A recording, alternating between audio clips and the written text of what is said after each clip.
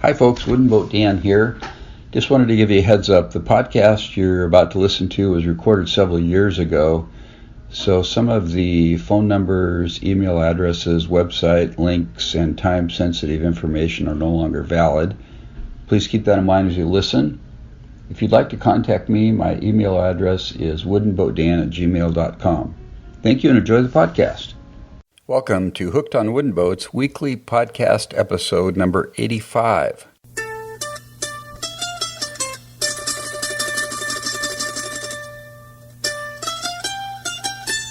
I am your host, Dan Matson, aka Wooden Boat Dan. If he can do it, well, maybe everybody can. And this is the world's first podcast fully dedicated to celebrating the art, craft, history, tradition, and romance of wooden vessels all over the world. Welcome to the podcast today. Great to have you folks. Sorry for my stumbling words there. Once in a while that happens, and sometimes I re-record, and then other times I go, you know what? That's okay. This isn't like a worldwide radio show. I'm not the president, and it doesn't have to be perfect. So that's the fun thing about podcasting. Anyway, glad that you're with me today. We've got an action-packed podcast as usual. The featured segment today is an interview with Randy Roberts. Randy is a student at the Northwest School of Wooden Boatbuilding in Port Hadlock, Washington. And Randy started in the program there last October. And when I visited the school a couple of weeks ago, I interviewed actually 3 students. I thought it'd be fun to get their perspective on what it's like to be at the school, what the program's like, and just kind of their thoughts on why they're there and what they're up to and so on.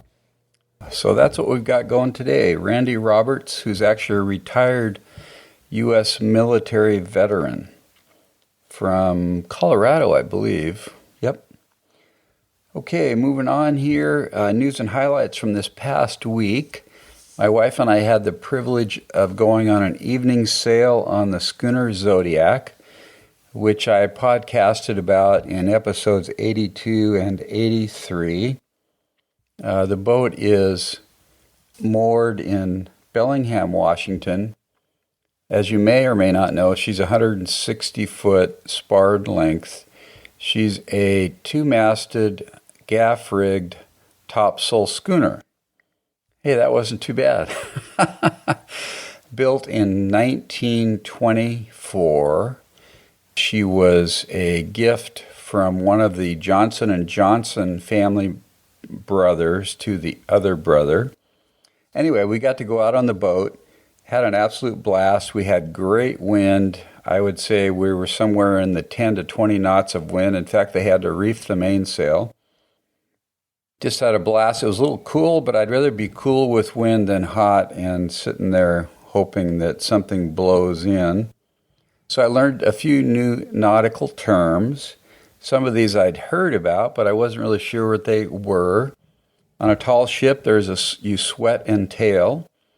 And I learned the names of all the sails, the main, the fore, the staysail, and the jib. And then if the schooner had topsails, there would be 2 topsails on it also, which it doesn't at this point. I learned about ceiling planking, a belaying pin, a pin rail, and some cool stuff. Got to see, I was not real helpful in helping tack and work with the running rigging on the boat because I was taking videos and pictures, which I'm going to be sharing on Facebook.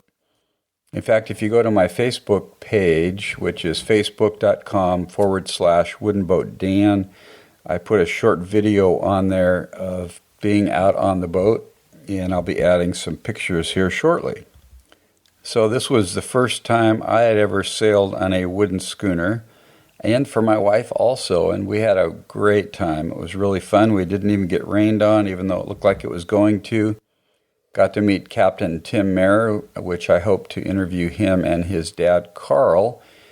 And the two of them have been associated with the boat since either the 70s or the 80s. So a long history there and lots of great stories I hope to record on tape here in the near future. So this week we have 10 new, We have 10 new subscribers to the podcast monthly newsletter, which is a record. And I'm going to give a shout out to each of these gentlemen. I don't think there's any gentle women on here.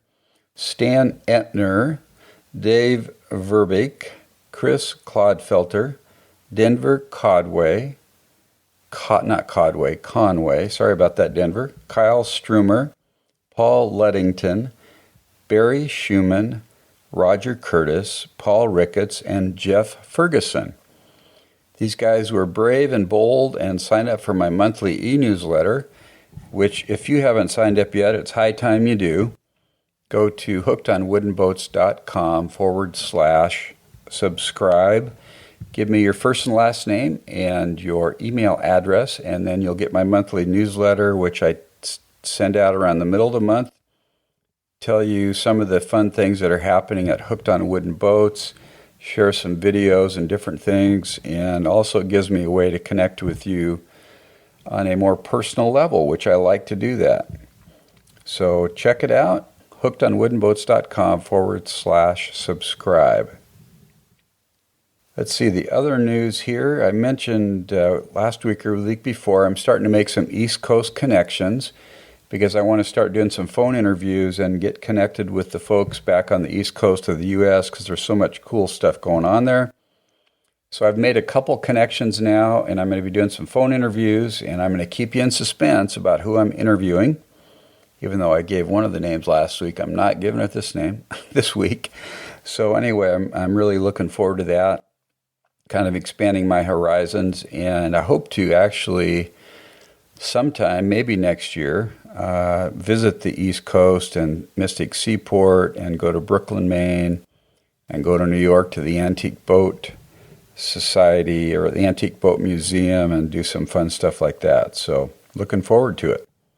On a more personal note, has nothing to do with boats, I just completed my first social dieting game. Yes, folks, there are social diets out there, which I just found out about this like 5 weeks ago. So I signed up on a site called dietbet.com, and I can say that I successfully am a winner in that game because I lost 4% of my body weight over a 4-week period, which ended actually today. So I lost 9 pounds. So if you do the math, I weighed 218 starting and I got down to 209.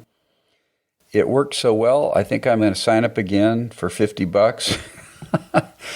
You put $50 in the pool, and then whoever loses 4% of their body weight over a 4-week period splits the pool with the other winners. So a pretty cool idea. And this pool actually, believe it or not, had almost $40,000 in it.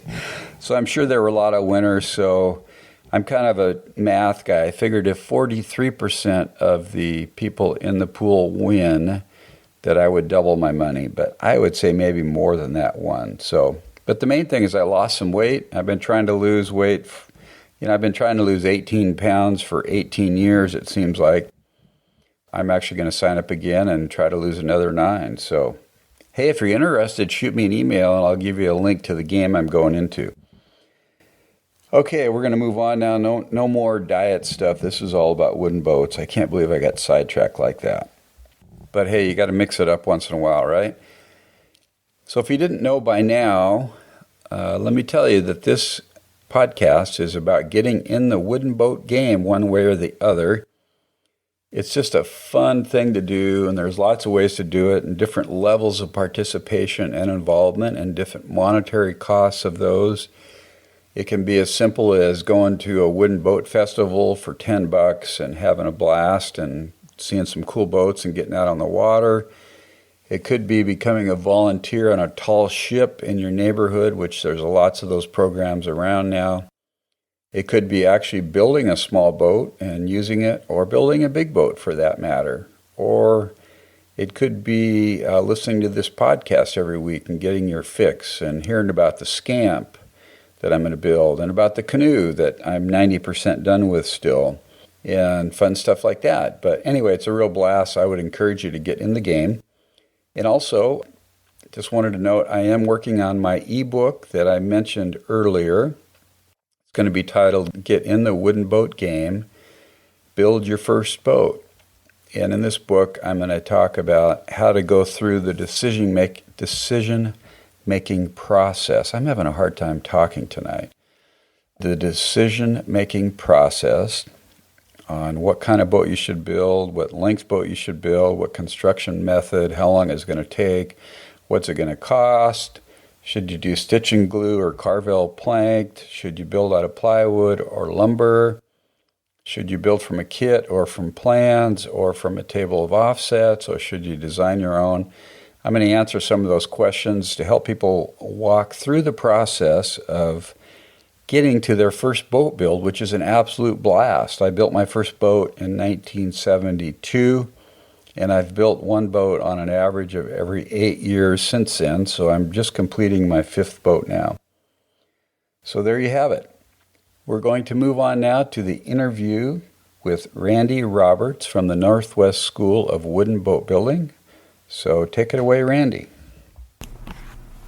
It is April 19th, 2013. I am at the Northwest School of Wooden Boat Building in Port Hadlock, Washington, sitting across from Randy Roberts. Randy, welcome to the podcast. Thank you very much. Pleasure to be here. Yeah, Randy is a student here at the school. He started in October of last year.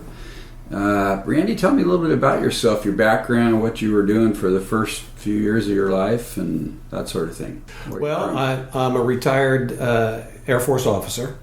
I spent just a little shy of 30 years in the military, and after I retired, my wife and I moved back to Denver, and we stayed there for about 8 years, and I was working at various national security type companies, and eventually decided to shake things up. That we were pretty much finished with Denver in terms of what we felt we could get out of it, and we decided to sell our house, put everything in storage, and move up here just so I could attend the school and to potentially look at actually living up in this area. Okay.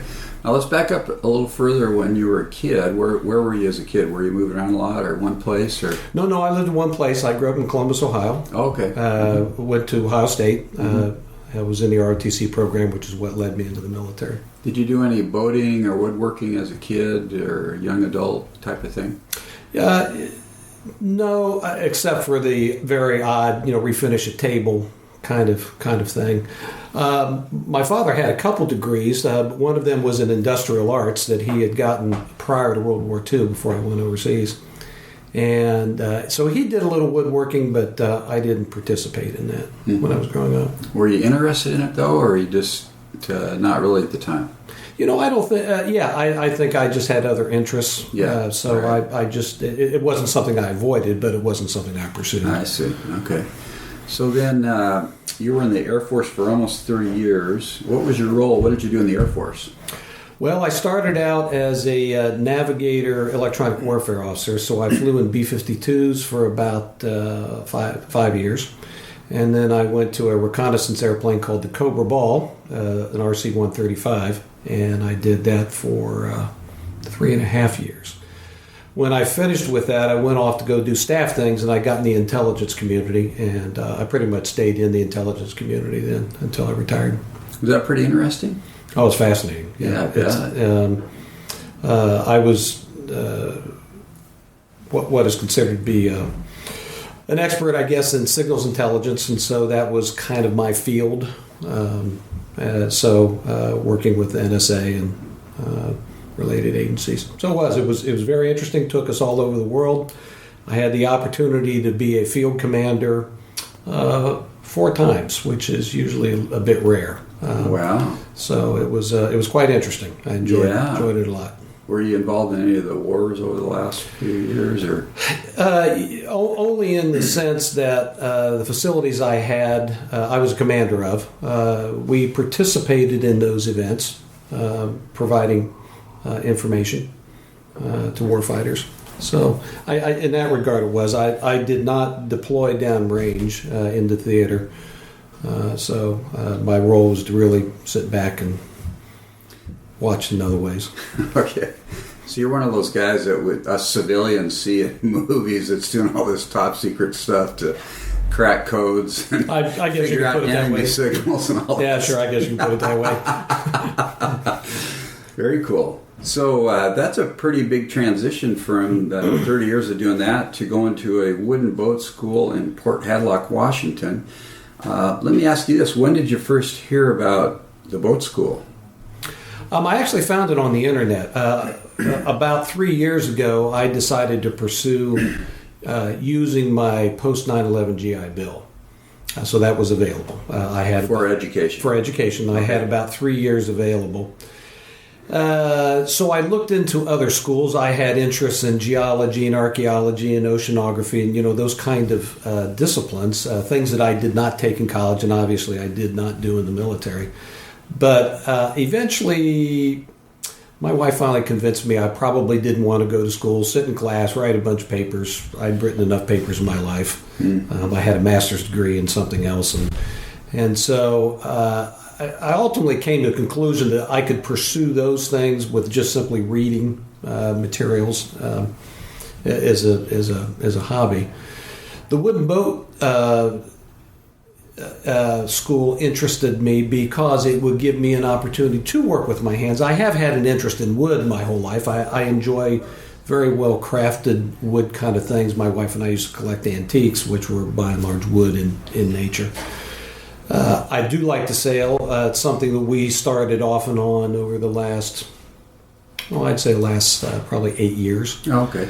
So we had a chance to go down to the Caribbean a couple times and sail. We sailed in Australia once. And so that end of it, if you will, the user end of it was of great interest to me. And I thought, well, in the course of doing this, why not learn how these things are put together? So so that's what ultimately drove us here. And just doing an internet search, it, along with 2 or 3 other schools, popped up. But we ultimately decided to come here as opposed to the others. Okay, so what went into your decision to come to this particular school?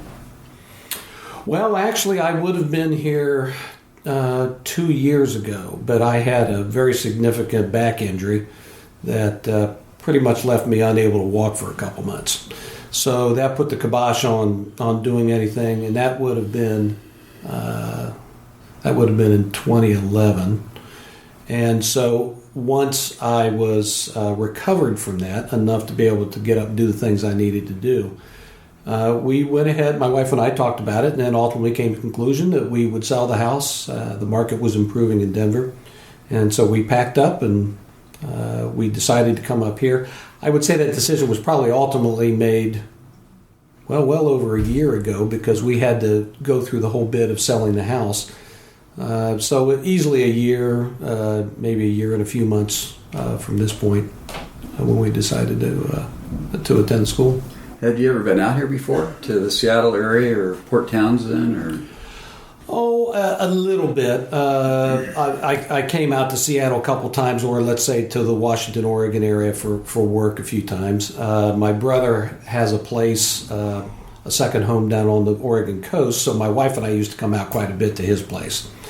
And really enjoyed it. I think one of the decisions we made to come here was as much based on, this was one of the few places that we hadn't lived, and we thought this would be a pretty interesting way to do it. The GI Bill gave us some opportunity to do that.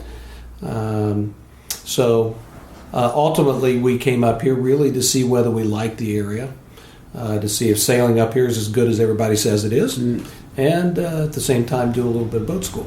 Yeah, okay. So had you been up here before you decided? I mean, did you visit the school before you decided to attend? I'm just curious. Right. We came up one time. Oh, you did? Okay. Probably a year ago, October.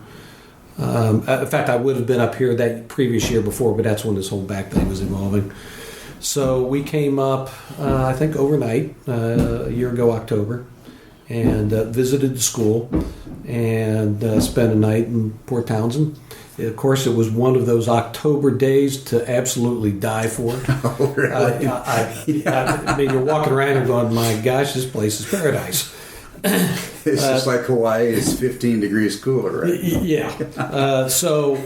And we'd lived in England a couple times before, so we were a little concerned it would be like England, where it's pretty much the way it is today, very overcast and rainy, and it stays like that for months at a time. Yeah. Obviously, we found that's not true around the Port Townsend area. Yeah. So we did look around. We haven't completely committed to buying or putting down roots here, though my wife is insisting we go look at a couple of houses this weekend. Oh, really? So you may do that. So we know. Yeah, but you're renting in the area right now? We are. Yeah. We are in Port Townsend. Okay. So back to the school then. You started October of last year. Are you in a 9 or 12-month program? Right now I'm in the 9-month program. Okay. And that I did that for a few reasons. One of them was I didn't know physically what I could do till I started on it. The second part was just to see if I really had an interest in finishing out the full year. I'm really interested in boat interiors. I think that's as much where the artwork comes in as much as the outside of the boat. But right now I'm still considering whether I'm going to do that or not. Mm-hmm. Okay. So the school operates in modules, is that right? Kind of like a 3-month modules kind of thing? Or, it's under what I would call quarter system. Quarters, yeah. So you start in October to December, and that's just what I call woodworking 101. Here's your tools, here's a couple projects, don't cut your fingers off, that kind of thing.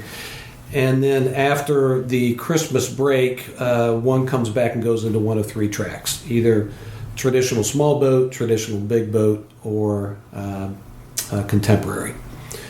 Those courses last through mid-June, and then there's a break for a couple weeks. And then if one is on the 12-month course, then you can pick up one of 2 tracks, either repair and restoration, or the other track is interior installation, development installation. So the second part is 2 quarters long, the large craft, small craft, and contemporary? Yeah. Yes. I see. Yes. Now, which one of those are you in? I'm in the small craft. Okay. Which is over here in the Western Building. Yeah, so how did you pick that? Well, I actually started in large craft because I had an interest more in sailing large craft, but as I went through the course, it became obvious to me that to really understand how a wooden boat is designed, lofted, and built, at least for me, I was going to have to do it a bunch of times. And so the small boat is really the way to do that, because in the course of doing the small boat track, you can build anywhere from 4 to 6, maybe even 7 boats if you have a class that's fast enough. So we've had the opportunity to not only pick up boats from just simply a design all the way up through construction, but we've also had the opportunity to take 2 boats that were donated to the school and actually finish them off, because either they were in disrepair or they had not been finished from previous classes. So we're in the course of doing all of that right now, which gives students an opportunity to kind of inject themselves into a particular portion of construction, and then maybe on one boat, and then once you finish that project, maybe disengage and then go into another boat and do another part of the project.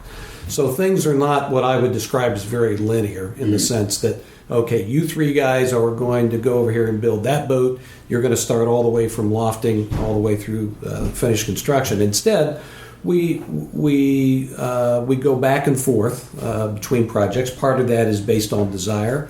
Part of that is of the individual. Part of that is based on the need to finish a particular portion of a boat so we can keep the projects moving along. I see. Okay.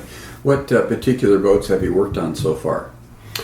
Well, in the first course, in the 101 course, if you will, every class or every section builds a flat-bottom skiff. So that was the first one that we built. We built an Atkins Scandal, which was a fun project. Atkins Scandal? Scandal is the name of the boat.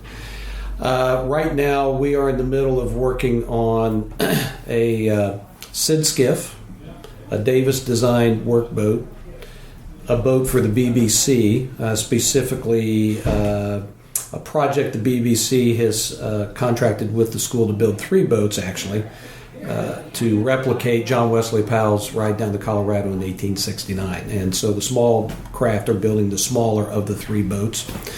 And then we have a Grandy style boat that we are working on right now, which is a lap strake. All the others were Carvel. Well, I'll take that back. The Sid Skiff was also was lap strake, but it was pretty much already the planks were already installed. We've done mostly the interior work and the sail work on it. I see. So have you learned a ton of stuff? I have learned more than. In fact, I tell people I probably get more out of this than the rest of them do, because many folks, I think, show up here with some skills, maybe some background, and shall I say, maybe even youthful enthusiasm that they can really go at it. For somebody like me, it's been, it's a little harder for a wide variety of reasons. But when I think back to the first day of October, when, for example, we go around the class and say, what do you want to get out of this, and what's your woodworking experience? And, of course, my statement was, well, if we count today, I would say 1 day. And so for me, it's all been uphill. For some guys, that's not quite so true. They've either worked on boats, they've sailed on bigger boats where they might have had to do construction issues, or maybe they've already been working in a shop of one fashion or another, so have some experience with the tools. So how did you answer that question that day about what you wanted to get out of this school? I personally said that I was here just to gain more of these skills that I didn't have, and I was very excited to work with the other people in the room. I didn't know any of them at that point, but in the course of listening to them all also say what they wanted to do, I realized it was going to be quite a different group of people, maybe than what I was used to associating with. So I said, I'm just here to enjoy myself and learn some things, and ultimately, I really want to just be sailing. But So do you plan on building your own boat when you get out of here? I don't think so. What I might do is build maybe smaller, like kayaks, maybe something like that. What I feel like I can do with this, if others decide to go do that, and I've got one friend here who has been interested in potentially doing that, obviously I can help him then. Because I'll have a fair amount of the skills and the understanding of what needs to happen. Because of physical limitations and I think my desire to ultimately be on the water sailing rather than building a boat for 3 years, I think probably if I weigh those two together, being on the boat sailing would be my preference. Do you have your own sailboat right now? Or? I do not. I've been looking, so if you know of one, and I suspect if your listeners, if I want to say this, I'm looking for a 30, 32-foot gaff rig cutter. So, oh, really? Wooden, preferably in turnkey shape. So if somebody's got something, wow, let me know. That sounds like an awesome boat. Yeah, I think it would be. I've never sailed I've sailed a gaff rig once, but it was with a whole bunch of other people. Yeah. But I think it would be really interesting, and I would really, really like to be able to get over here into the San Juans and spend significant time sailing around. Right. If we don't do that, we've looked at day sailors of one fashion or another. But when you look at kind of weather today, you think, geez, it'd be really nice to have a little cuddy if you were going to be out in this stuff. Yeah, exactly. Otherwise, you're just going to get soaked. Yeah. So tell me one of your favorite things about the school here, for you personally.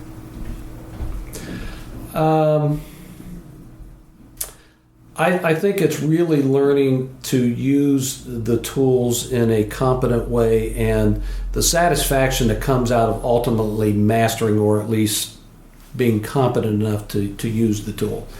And what I mean by that is to really craft something and then be able to stand back and look at it and realize that one understood how to lay it out, how to design it, lay it out, and then which tool to use with it, and then actually use that tool and produce something that is reasonably close to what the designer would have wanted.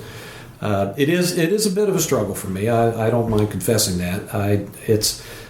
Things seem to come a little slower to me, probably because my mind just doesn't think in the terms of a builder as maybe other folks do.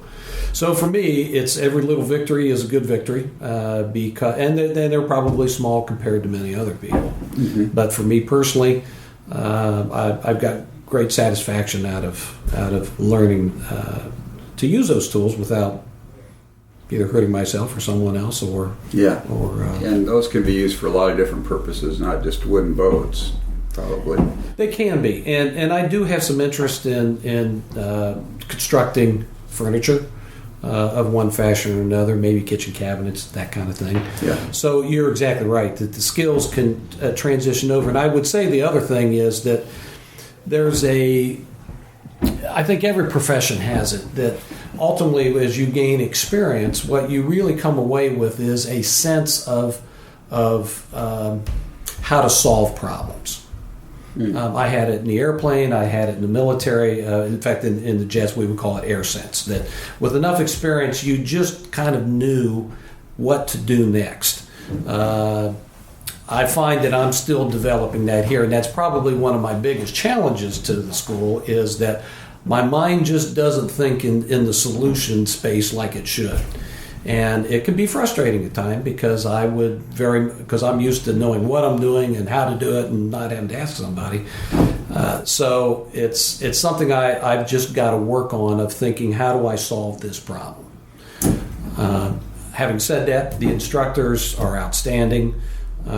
Jeff Hammond is the instructor I had in the first course, and I also have Jeff now for the small craft. Jeff is very accommodating. He tolerates all of my questions, especially when I ask him to show me for the fourth time how to do something, and he just smiles and we make a little joke about it, and away we go.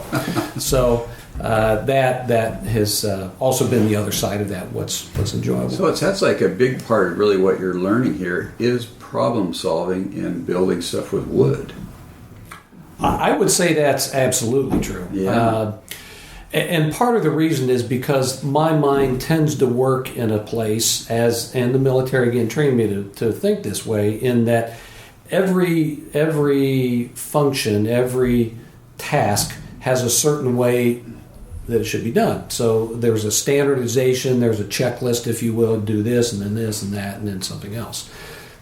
That's not so much what I'm finding in boatbuilding, and I think that's what's been one of my challenges, is to sort out how do I do something with this, because it is not just a checklist, and that's probably where I get frustrated, because I'm told, well, kind of do it this way and sort of do that, and then you have to lay it out this way.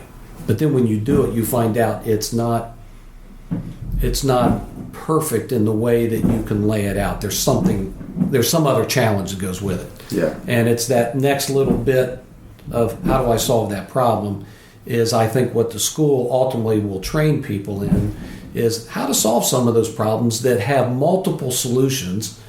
You just have to figure out which is the one that works for you and which one might be the easiest in terms of construction time, money, materials, whatever your criteria might be as you're actually building a project. Right. I think the thing that's interesting about boat building is each boat that's built is unique.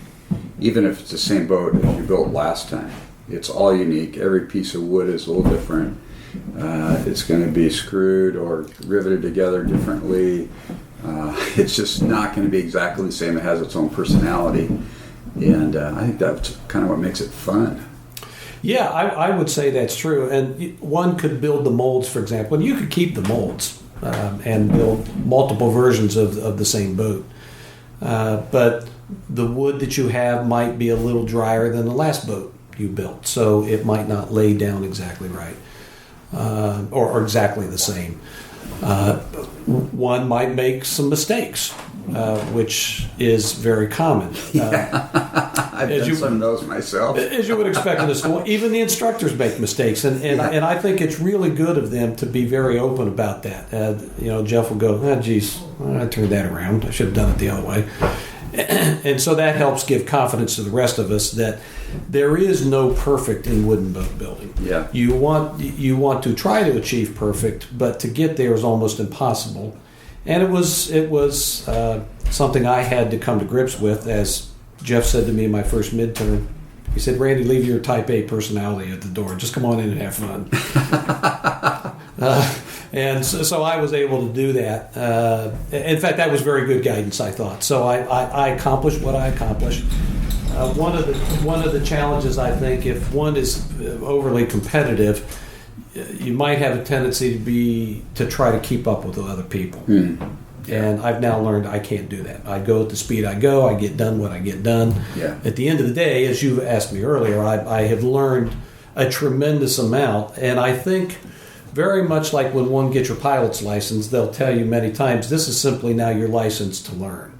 And I think when you finish with the school, that's what it really is. It's a degree, or it's an education format that gives you enough information that you can pursue other related kinds of activities if you want to. If you want to go build furniture, one would think it's a lot easier to build furniture that's squared off than it is to build things that curve all over the place, like boats.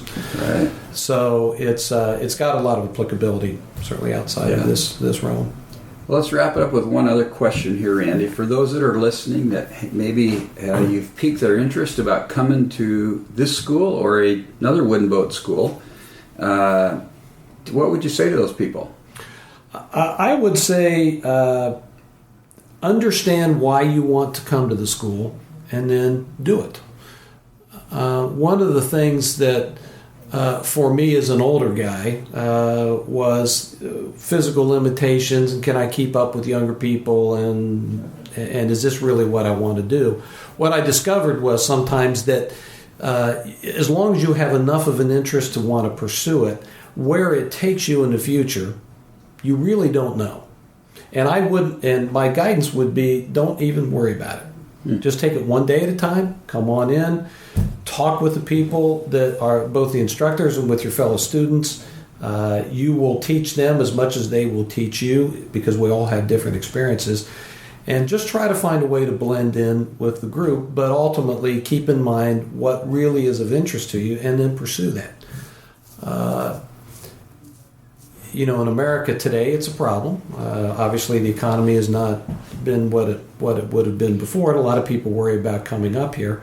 The school is very accommodating as far as helping folks out as much as they can in terms of tuition, places to live, and tool expenses, and those kind of things.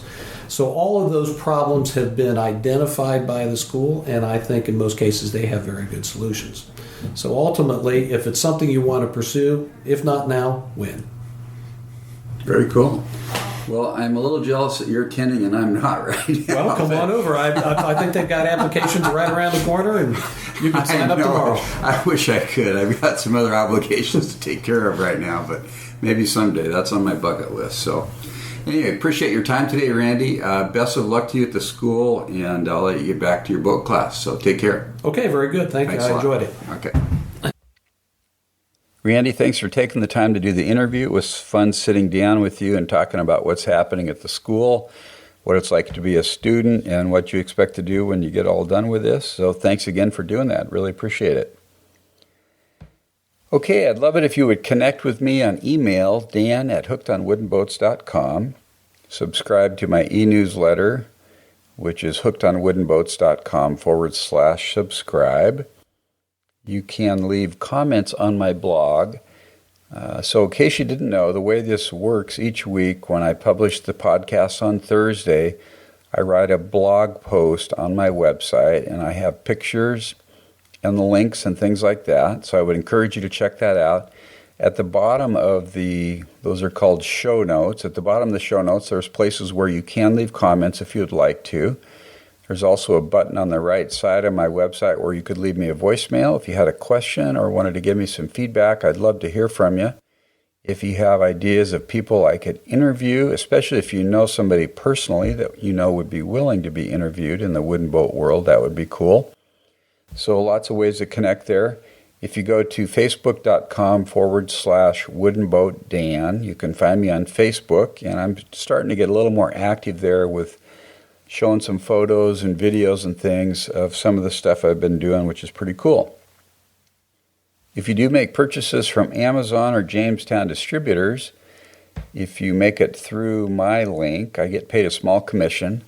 That would be hookedonwoodenboats.com/Amazon. And the other link would be hookedonwoodenboats.com/JD for Jamestown distributors. Thanks for doing that. Also, there's a tab on my site called Store, If you click on that, it takes you to my Cafe Press site where you can buy t-shirts, hats, mugs.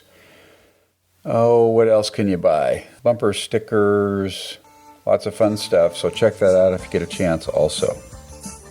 Okay, we're going to wrap it up with that, folks. Thanks for tuning in. Get in the game if you're not in, because really, folks, there's more in than out now, I think. I haven't taken any polls lately, but the numbers are growing and people are having fun, so get in on the action. Have a great week. Keep the bright side up and the barnacled side down. Wooden Boat Dan over and out till we talk again next week, and God bless. Take care.